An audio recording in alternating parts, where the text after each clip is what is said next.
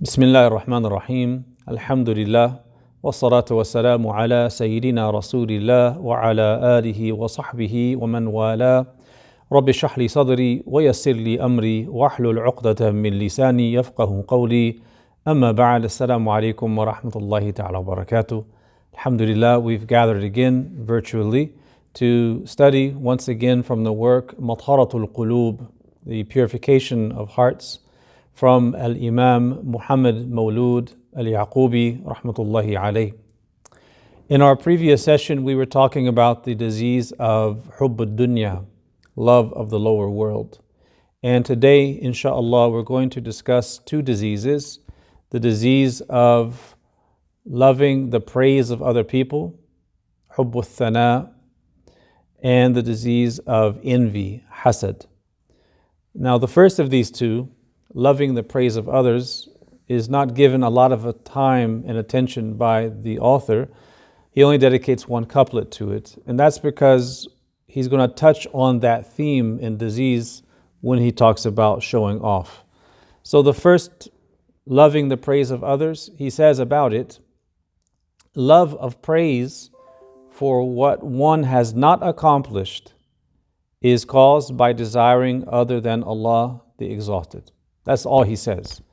And this is loving the praise of others. And it's a kind of desire, like desire for the world, of the lower world, in a blameworthy sense. But it's not desiring the stuff of the world per se. It's desiring the praise of other people. Now, the worst form of this is love of praise for what someone hasn't even done. Now, we're looking at two things here. A person loving to be praised for something they've done, and loving to be praised for something they haven't even done. Of these two, the worst is loving to be praised for what one has not done. This is mentioned directly in Surah Al-Imran, in the 3rd chapter of the Holy Quran.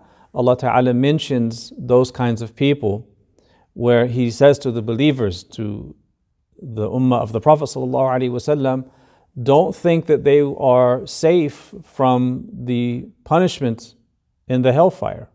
Rather, for them is a painful punishment. Who are these people? Those who يُحِبُّونَ أَن يُحْمَدُوا بِمَا لَمْ يَفْعَلُوا فَلَا تَحْزَبَنَّهُم بِمَفَازَةٍ مِنَ الْعَذَابِ وَلَهُمْ عَذَابٌ أَلِيمٌ.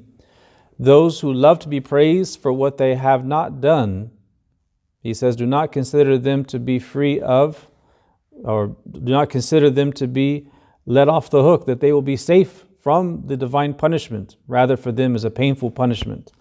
This is the most blameworthy of the two. Now, the second one, loving to be praised for what one has done, this requires some detail, because based on what Imam Muhammad Mawlud cites in his poem, and based on the verse in Surah Al-Imran, one could understand that it's not blameworthy necessarily to love that others should praise them. One could understand that the only blameworthy form is if you're loving to be praised for something that you haven't done. And the ulama mentioned that it really depends. If you are loving to be praised for something that you've done, that can be blameworthy, or it could be permissible, depending on your intention. They say that if the person did an action that is supposed to be for the sake of Allah subhanahu wa ta'ala, an act of worship, and they do it primarily for the intention of being seen and praised by other people, that's rejected, because that is riya, it's showing off. And Allah subhanahu wa ta'ala does not accept actions that are done for other than His sake. If a person does an action and their intention is for the sake of Allah, for Allah's pleasure, and also that they get praised, likewise this action is rejected and it's blameworthy, because there is a co-sharing and a mixture of intentions in that action. On the other hand, if a person does an action for the sake of Allah primarily, that's their sole intention, they are doing that thing because Allah Ta'ala loves that action, whether it is obligatory or recommended. They are doing that because they are seeking the pleasure of Allah Ta'ala That's their first and only intention in the action. But after doing it, they're praised by people who saw them do it. And they feel happy at being praised. This is permissible if their happiness is because they are pleased with Allah and thankful to Allah that Allah has manifested that beauty upon that person and concealed their own faults and ugliness. If that's the feeling when they hear the praise of others, if that's the feeling that's evoked, then that's completely permissible. On the other hand, if the person is desiring the praise of other people through their actions, or they do the action what they think to be for the sake of Allah and for the praise of people, that's rejected. So, gaining the praise of other people in what we do isn't necessarily a bad thing. We have to be careful, though. We have to be careful of excessively praising people in ways that will make them, we can say, conditioned to that praise, where they then begin to seek it by doing things that are supposed to be for the sake of Allah Ta'ala. Nevertheless, if we are praised for something that we do, the Prophet ﷺ mentioned in the hadith that this is the bisharatul mu'min al-ajila. It is the glad tidings, the early glad tidings for the believer of the act being accepted. And this is provided the intention is sound from the very beginning. So that's the gist of this issue of loving the praise of others. It is blameworthy if it is to love the praise of people for things that one has not done, which is completely illogical. And it is blameworthy if a person seeks the praise of other people through actions that are supposed to be for the sake of Allah Ta'ala. Now on to the disease of envy. Envy is hasad. And Imam Mawlud begins by saying, if you were to describe your desire that someone lose his blessing as envy, then your description would be accurate. In other words, if you yourself were able, through some ruse, trick, to eliminate someone's blessing, you would utilize that ruse to do so. This is the basic definition of envy, hasad. Envy is one of the worst diseases of the heart. In fact, there are some among the ulama in our tradition who say that the root of all sins and all illnesses of the heart stem from envy. This is a position of some ulama. Others have suggested that the root disease of the heart from which other diseases emerge is that of tama', of craving after other things, after what people have or the stuff of the world. Regardless, at any rate, hasad is recognized as being one of the first sins to manifest with respect to human beings. Not the first sin of human beings, but the first sin to reflect or to manifest with regards to the human story. And that is mentioned in the Quran in a number of places in the narrative about Iblis when he was ordered to prostrate to Prophet Adam alayhi salam. Allah Ta'ala mentions in Surah Al-Baqarah, إِذْ قَالَ رَبُّكَ لِلْمَلَائِكَةِ اسْجُدُوا لِآدَمَ فَسَجَدُوا إِلَّا إِبْلِيسَ أَبَى وَاسْتَكْبَرَ وَكَانَ مِنَ الْكَافِرِينَ. When Allah Ta'ala said to the angels, prostrate to Adam, and all of them prostrated except for Iblis, he refused and was arrogant and was among the rejectors. Now we know that Iblis, according to the majority of ulama throughout history, he was not an angel, he was not a fallen angel, but he was in the company of the angels. He was a jinn, as Allah Ta'ala mentions in Surah Al-Kahf. He mentions the same narrative of him refusing to prostrate to Adam. And he says, كَانَ مِنَ الْجِنِّ فَفَسَقَ عَنْ أَمْرِ رَبِّهِ. He was among the jinn, and he rebelled against the command of his Lord. The ulama mentioned that the root disease of Iblis that caused him to refuse was envy. Others would say it's arrogance, but arrogance and envy are intertwined when we look at what they really are.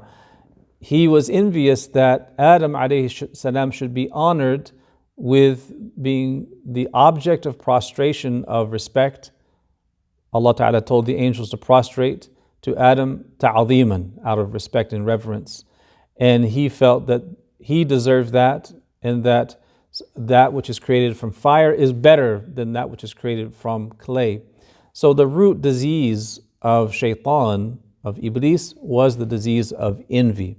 So envy is not like an ordinary nafsani, shahwani kind of sin.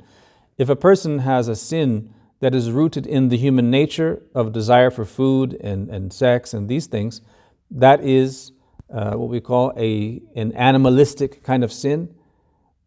Those sins are not as bad as the sins that are shaitani in nature, that are against our human nature. Those are the sins of envy and conniving and plotting and these shaitani kind of qualities. So the definition of hasad, according to Imam Muhammad Mawlud and others, is that a person desire that someone else loses a blessing that they have. So in a very simple example, a person sees, oh, this person has a nice brand new Toyota pickup truck. He shouldn't have that. I should have that. I deserve that. He should lose that. And I desire in my heart that he loses that favor. He loses that blessing, and then I get it instead. Who is he to have that? Who does he think he is? He thinks he's better than other people? This is the attitude of the hater, the envier. Allah Ta'ala tells us to seek refuge in him from this kind of person. Allah Ta'ala says in Surah Al-Falaq, He's addressing the Prophet ﷺ, and then by extension all of us, because we were taught to say this surah, قُلْ أَعُوذُ بِرَبِّ الْفَلَقِ. And at the end of this chapter, what are we told to say? وَمِن شَرِّ حَاسِدٍ إِذَا حَسَدٍ. And we seek refuge in the Lord of daybreak from the envier when he envies. Not if, when he envies. We seek refuge in Allah Ta'ala from the envier because they can have an impact on our life. Oftentimes the impact of enviers are exaggerated. Oftentimes the effects of envy are exaggerated, but they have an impact. So this is hasad in a nutshell. And Imam Muhammad Mawlud goes on to talk about the different forms, and we note that there's two forms of hasad. And this is being very liberal in the use of language here.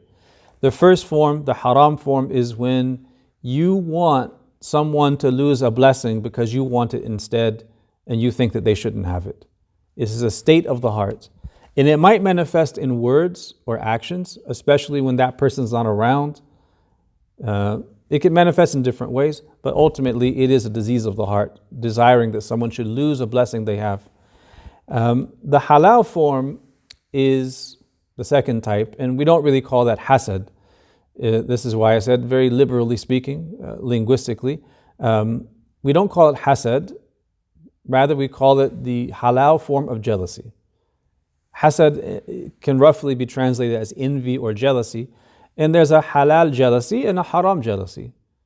The haram jealousy is the haram envy, the same thing. The halal jealousy we call in Arabic ghibta. In Arabic we call it ghibta, and there's no one word in English that accurately gives the meaning of this one word.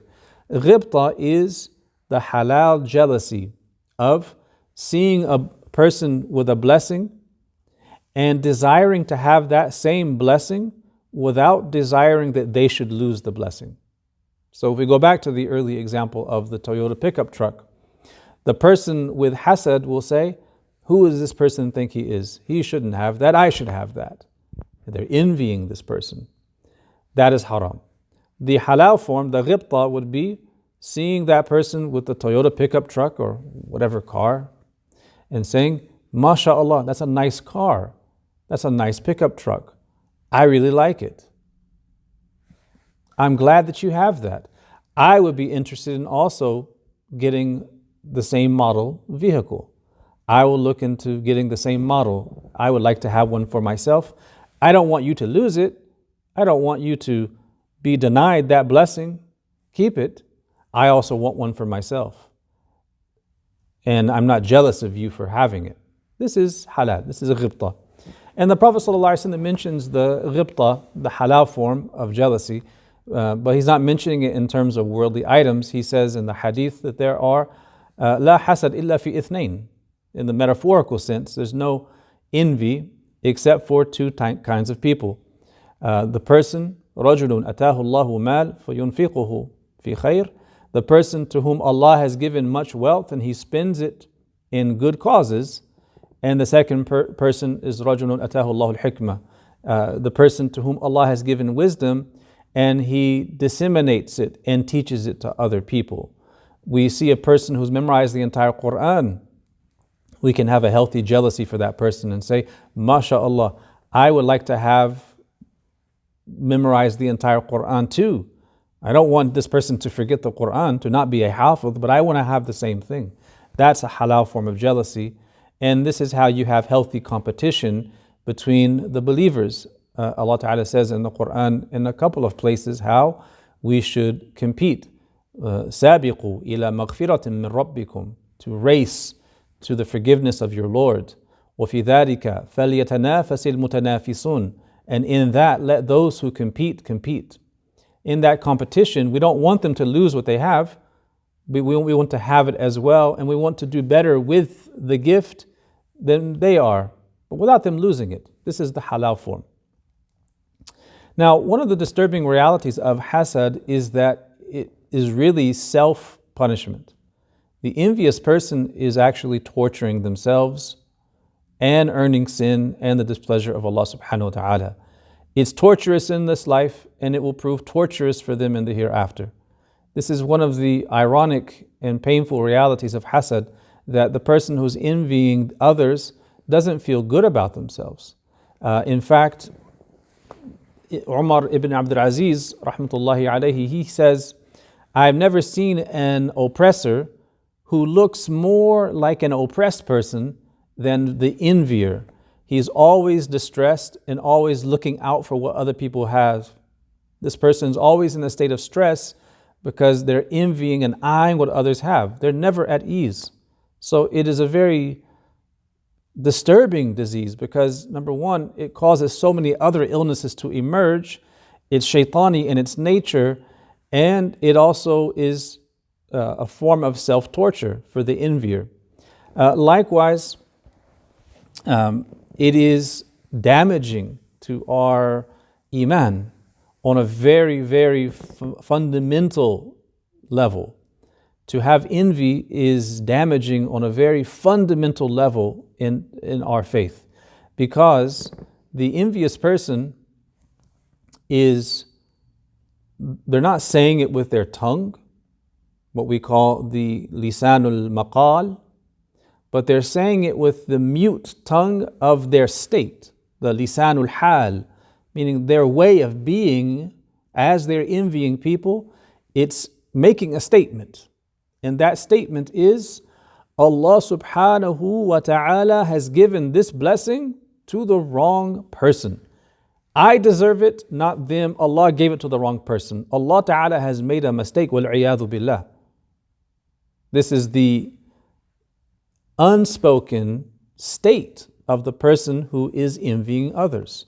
They look at others with blessings, dislike that they should have those blessings, and feel they deserve them and should have them, not those people. So the unspoken belief that's not actively embraced, but it's lurking there because of the shaitanic nature of the disease, is a dissatisfaction with the decree of Allah Ta'ala. It's an unspoken attitude that Allah Ta'ala should not have given that blessing to that person, as if it was given to the wrong person. That's disastrous. That's a disaster to faith. For a person to actually believe that and actually say that would expel them from Islam. They would be outside of the fold of Islam.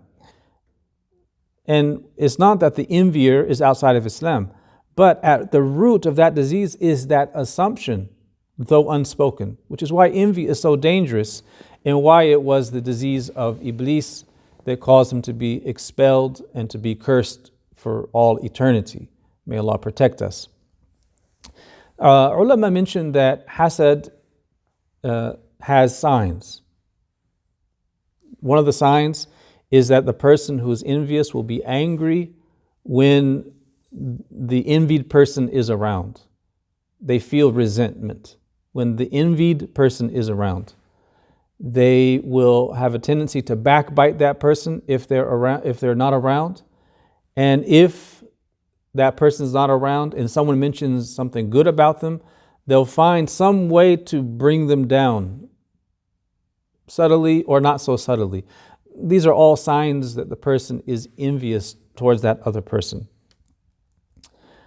The Prophet ﷺ taught us a dua to say after our prayers, after the obligatory prayers. He would teach us to say, لا إله إلا الله وحده لا شريك له له الملك وله الحمد وهو على كل شيء قدير اللهم لا مانع لما أعطيت ولا معطي لما منعت ولا ينفع ذا الجد منك الجد. In this dua, there's one key phrase where we say, "O Allah, لا مانع لما أعطيت."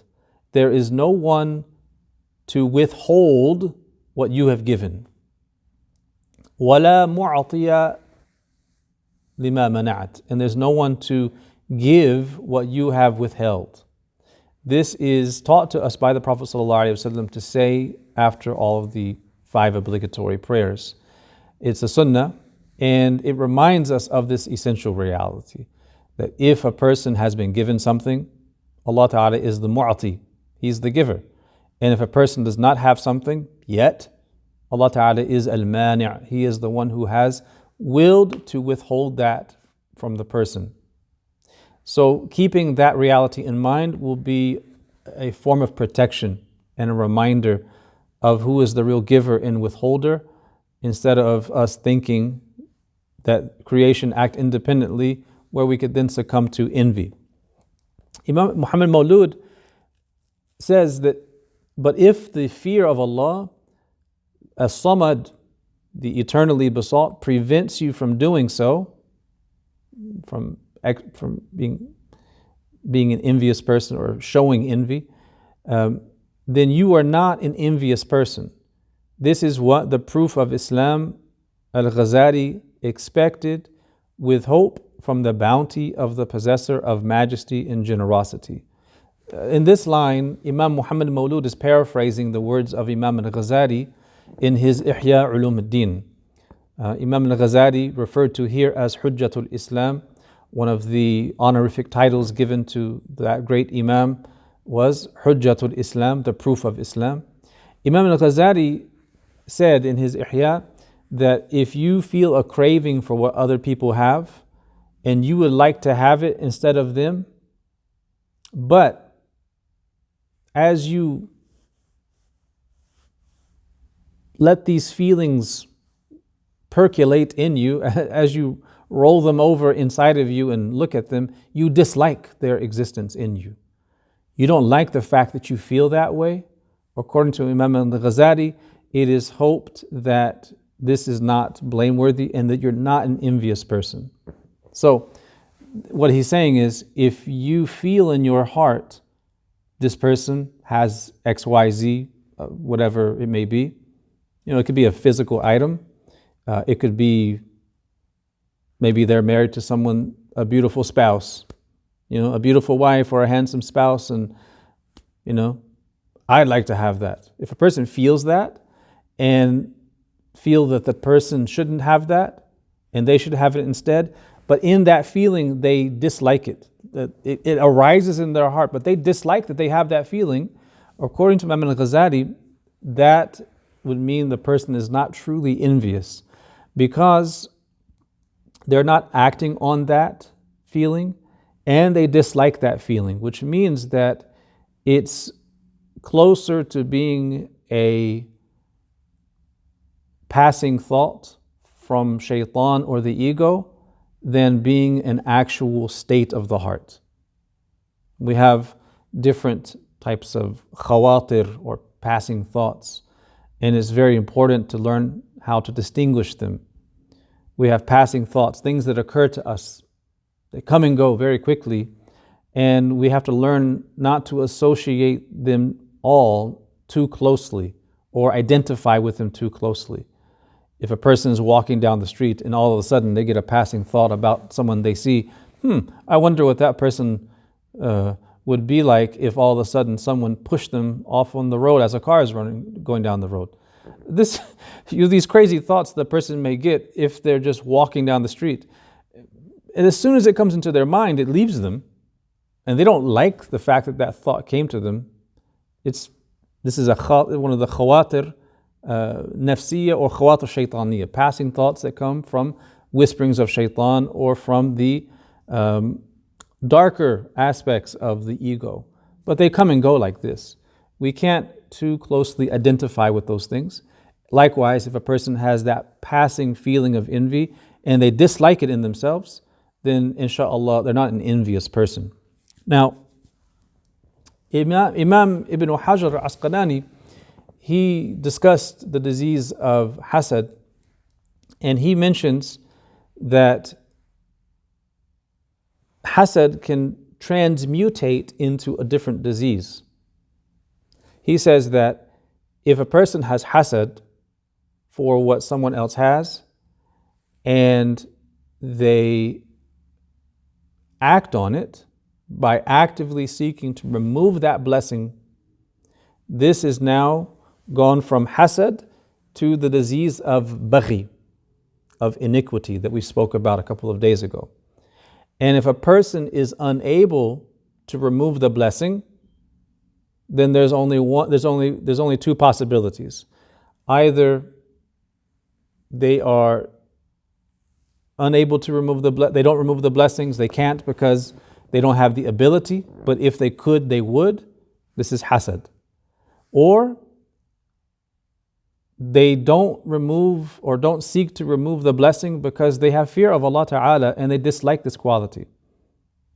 So this is a person who feels that hasad and they're trying to get rid of it, and their taqwa of Allah prevents them from taking it any further than the passing thought that occurs to their mind that they dislike. This person, inshaAllah, is not an envious person. They're just wrestling with those passing thoughts. Imam Muhammad Mawlud says, he said, meaning Ghazali, that whoever despises envy such that he loathes it in himself, then he is safeguarded from fulfilling what it customarily necessitates. So we have to consider how we feel, get in touch with our feelings. If a person feels that kind of envy and they hate it in themselves, then it's a passing thought. Don't let them overly identify with it and ascribe it to themselves. But if it's rooted, and the person keeps coming back to it, and they feel resentment, or they backbite that person, and they really feel that way, and it's not a passing thought, this is envy, and it has to be remedied. What are the remedies? Imam Muhammad Mawlud says here, as for the cure, it is to act contrary to one's caprice. The first cure is to go against one's hawa, one's caprice. In Arabic, the word hawa is used for these desires of the self that aren't necessarily of a physical nature. Meaning, we have shahwa and we have hawa. Shahwa has a more animalistic aspect of food and intercourse and things like that. And hawa is more to do with one's feelings of caprice. And in Arabic, the word hawa means wind. It can also mean a chasm. And one of the words describing hell is al-hawiya, which is the abyss, because one of the other meanings for hawa is that which causes one to fall or to drop. So a person with hawa is caused to fall. Metaphorically or spiritually, they fall from a high station to a low station because of the sin of hawa. And likewise, a person who follows their hawa falls into the abyss of desires, and a person who is not forgiven by Allah Ta'ala, who dies in a state that is displeasing to Allah Ta'ala, they enter the hawiyah. The hawiyah meaning the abyss of hell. Wal-'iyadhu billah. He says that the medicine, the cure for hasad is to act contrary to one's hawa. He says, for example, here's the way of going against it. He says, for example, being beneficent to a person when it seems appealing to harm him, or praising him when you desire to fault in him, when you desire to find fault in him. In other words, if a person experiences envy in their heart towards another person, they should try to help that person and speak good about that person, to praise that person. They could give them a gift. They could invite them to a meal. They could try to become friends with them in some fashion or interact with them in such a way that they remove these feelings of envy for their heart. Praising that person, saying, Alhamdulillah, O Allah, to you is all praise and thanks for blessing that person with that thing. So by praising Allah Ta'ala for having given that person what they were envying them over is a remedy for the disease of hasad. So as a person does this, they begin to praise and speak well of the envied person, and they begin to praise Allah Ta'ala for what He has given the envied person. This will soon become their nature. At first it will be very difficult, but eventually it will become their nature, and they will become a person purified of envy. The basis of this is in the Quran, because Allah Ta'ala tells us, idfa' billati hiya ahsan. Repel, avert. Idfa' literally means push away by means of what is best and most beautiful. So we avert and push away the disease of envy by praising the person, speaking well of them, trying to remove any feelings of resentment, praising Allah for the blessings He gave that person until this becomes our second nature, at which point we become people free of envy, insha'Allah ta'ala. That is the practical cure. The practical cure involving things that we should say and things that we should do to remove envy. As far as the theoretical cure is concerned, Imam Muhammad Maudud says, also the cure is in knowing that envy only harms the envier. It causes him to be grievously preoccupied with his object of envy today, and tomorrow he is thereby punished. Moreover, envy never benefits the envier, nor does it remove from the one envied the blessing he has been given. So we see 5 things here. Number 1, the theoretical treatment for envy is to really know that if you envy someone, you're only hurting yourself. You're not hurting that person. You only hurt yourself. It's self-harm. Number 2, to think about that pain and release yourself from it. Having this realization, you release yourself from that pain. Number 3, you think about the pain it's going to create here for you and the pain it will create for you in the hereafter when you face the consequences of that disease. And number 4, you should reflect on how it is a quality of shaitan. And number 5, reflect on how envy doesn't really remove the blessing from the envied person. It doesn't do any help. It's just a vain shaitanic action. He says its root cause, and where does this come from? The root cause of envy, it says its root causes include animosity, vying for the love of others, arrogance, poor self-worth, vanity, love of leadership, and avaricious cupidity for things. These 7 causes engender envy. He enumerates 7 causes. Each of these can stand alone as a disease of the heart, and some of them are stronger than others. Some people will have all of them, some will have none, or 1 or 2. Each of them stand as possible causes for people envying others for what they have. The first he mentions is enmity or hatred, adawa. The second he says is this vying for the love of others. You see this a lot in sibling rivalry. A lot of sibling rivalry fights between brothers and sisters and cousins and these things over property and land and the love of mother and father.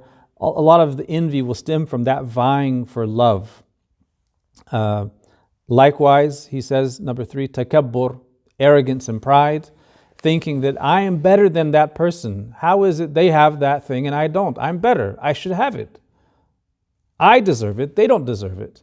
This is a kind of arrogance. This is the hater, the person who thinks he is not worthy, she is not worthy, I am worthy. Why don't I have it instead?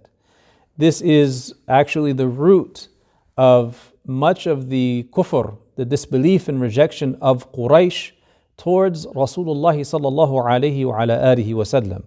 We see Allah Ta'ala mentions in the Quran that Quraysh would say, أَهَؤُلَاءِ مَنَّ اللَّهُ عَلَيْهِمْ مِنْ بَيْنِنَا, when looking at the poor and impoverished of the believers, they would say, are these the ones whom Allah has favored among us? These poor and impoverished people? We deserve to have guidance. We are the noble people in society. If anyone's going to be guided, it's us, because look at what we have. So that was a hasad stemming from this arrogance, this takabbur. Likewise, he mentions poor self-worth. In Arabic, the word for this is ta'azzuz, which literally means seeking honor owing to a feeling of dishonor, where a person feels low and they want to make themselves feel higher. This is the ta'azzuz. This is the person who lacks a healthy sense of honor, of self-honor. This causes them to envy other people and wish to bring them down because they lack self-worth. Likewise, he mentions ujub, and he talks about these later on in the text as other separate, independent diseases of the heart. Ujub is that vanity and conceit. It's that feeling of a person who is so amazed with themselves that they're shocked that the envied person has what they have instead of them. This is the ujub. And the last one he mentions is seeking leadership and position. The one who seeks it and doesn't get it in particular. The person who is seeking after leadership and power and doesn't get it will often have great envy towards those who do get it. And we see this with the hypocrites in Medina. The hypocrites in Medina were primarily, if we look at the chief of the hypocrites, Abdullah ibn Ubay ibn Salul, he was one of the chieftains of the people of Medina, and he was slated to become one of the leaders of Medina.